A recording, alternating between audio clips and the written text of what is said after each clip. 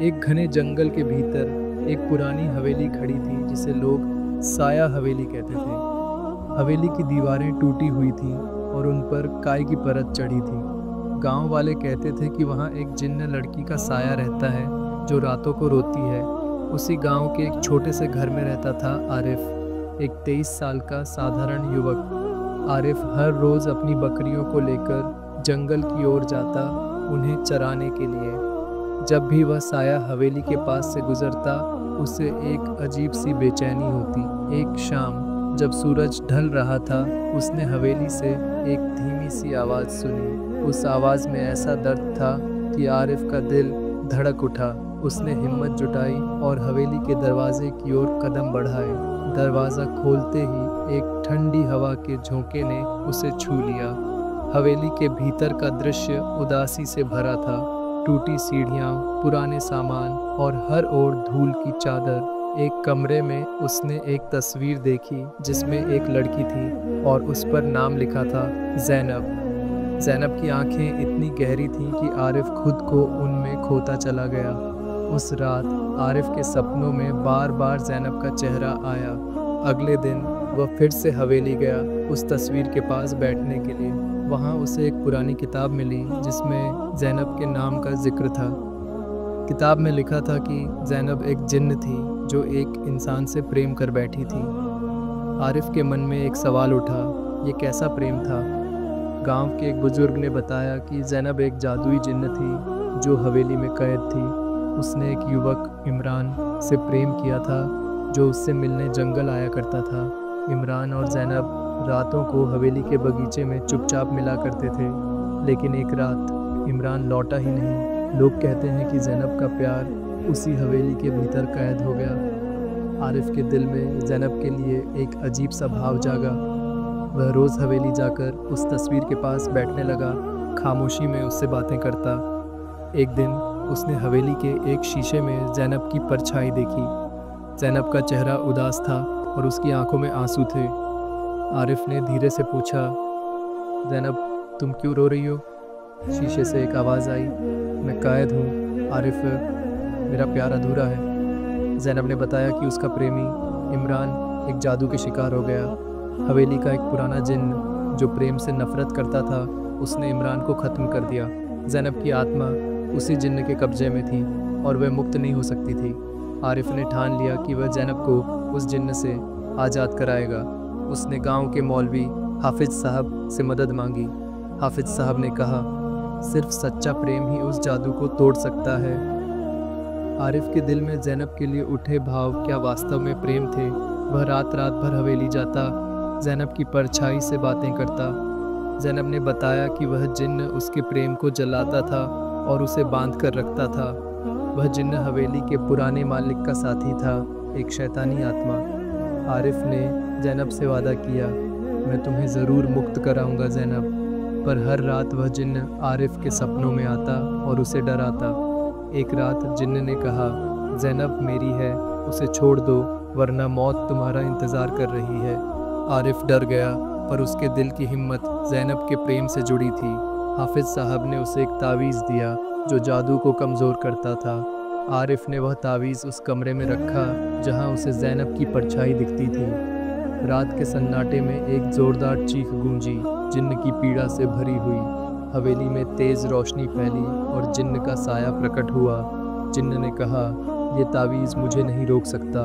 आरिफ ने ज़ैनब के लिए दिल से प्रार्थना की और तावीज़ को छुआ। एक क्षण के लिए शीशे में ज़ैनब की तस्वीर स्पष्ट हो गई और वह मुस्कुरा उठी, लेकिन जिन्न की ताकत अब भी बाकी थी। उसने आरिफ को हवा में उठा लिया। आरिफ ने आंखें बंद की और ज़ोर से पुकारा, ज़ैनब। उसके दिल की सच्चाई और प्रेम जिन्न के काले जादू से कहीं ज़्यादा शक्तिशाली थे। अचानक एक तेज़ चमक हुई और जिन्न का साया कांपने लगा। शीशे से ज़ैनब का अक्स निकला, एक उजली रोशनी के रूप में। ज़ैनब ने आरिफ को छुआ और धीरे से कहा, तुमने मुझे आज़ाद कर दिया आरिफ, मगर मेरा प्यार अब भी अधूरा है। उसकी आवाज़ में उदासी थी। आरिफ की आंखों में आंसू थे।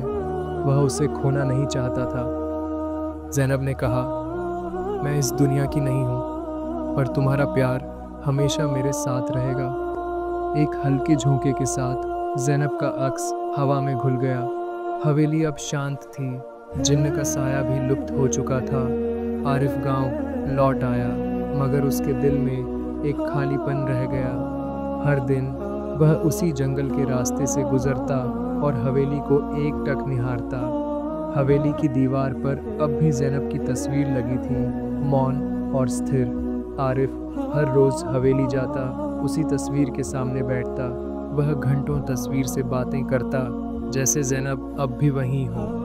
एक दिन हवेली के बगीचे में उसने एक गुलाब देखा जो एकदम ज़ैनब जैसा था।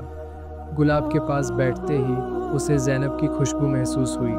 उसने वह गुलाब तोड़ा नहीं, बस उसे देखता रहा जैसे वह ज़ैनब का हिस्सा हो।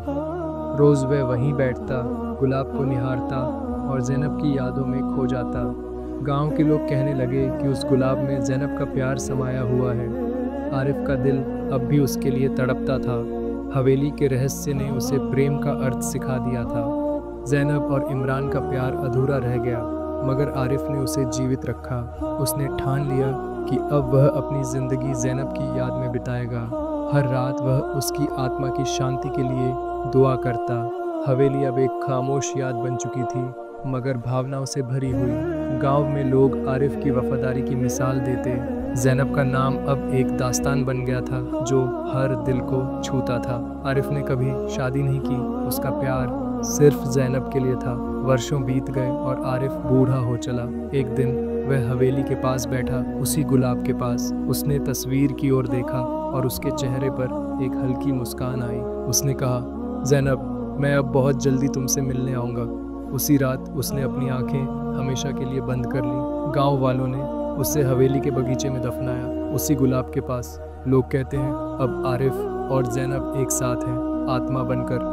हवेली अब भी वहाँ खड़ी है, मगर उसका सन्नाटा अब प्रेम से भरा है। वह जिन्न कभी वापस नहीं आया, वह हार गया था। गांव के बच्चे अब उस हवेली की कहानियाँ सुनते हैं और आरिफ को याद करते हैं। तस्वीर अब भी वहाँ है, मगर अब वह मुस्कुराती है। आरिफ का प्यार अब एक मिसाल बन गया है जो हर दिल तक पहुँचता है। हवेली के बगीचे में अब भी वह गुलाब खिला है जो ज़ैनब का प्रतीक है। हर बारिश के बाद उसकी खुशबू पूरे जंगल में फैल जाती है। लोग कहते हैं यह ज़ैनब और आरिफ का प्यार है जो आज भी जिंदा है। हवेली का रहस्य अब कोई रहस्य नहीं रहा, वह था एक प्रेम कहानी बन गई है।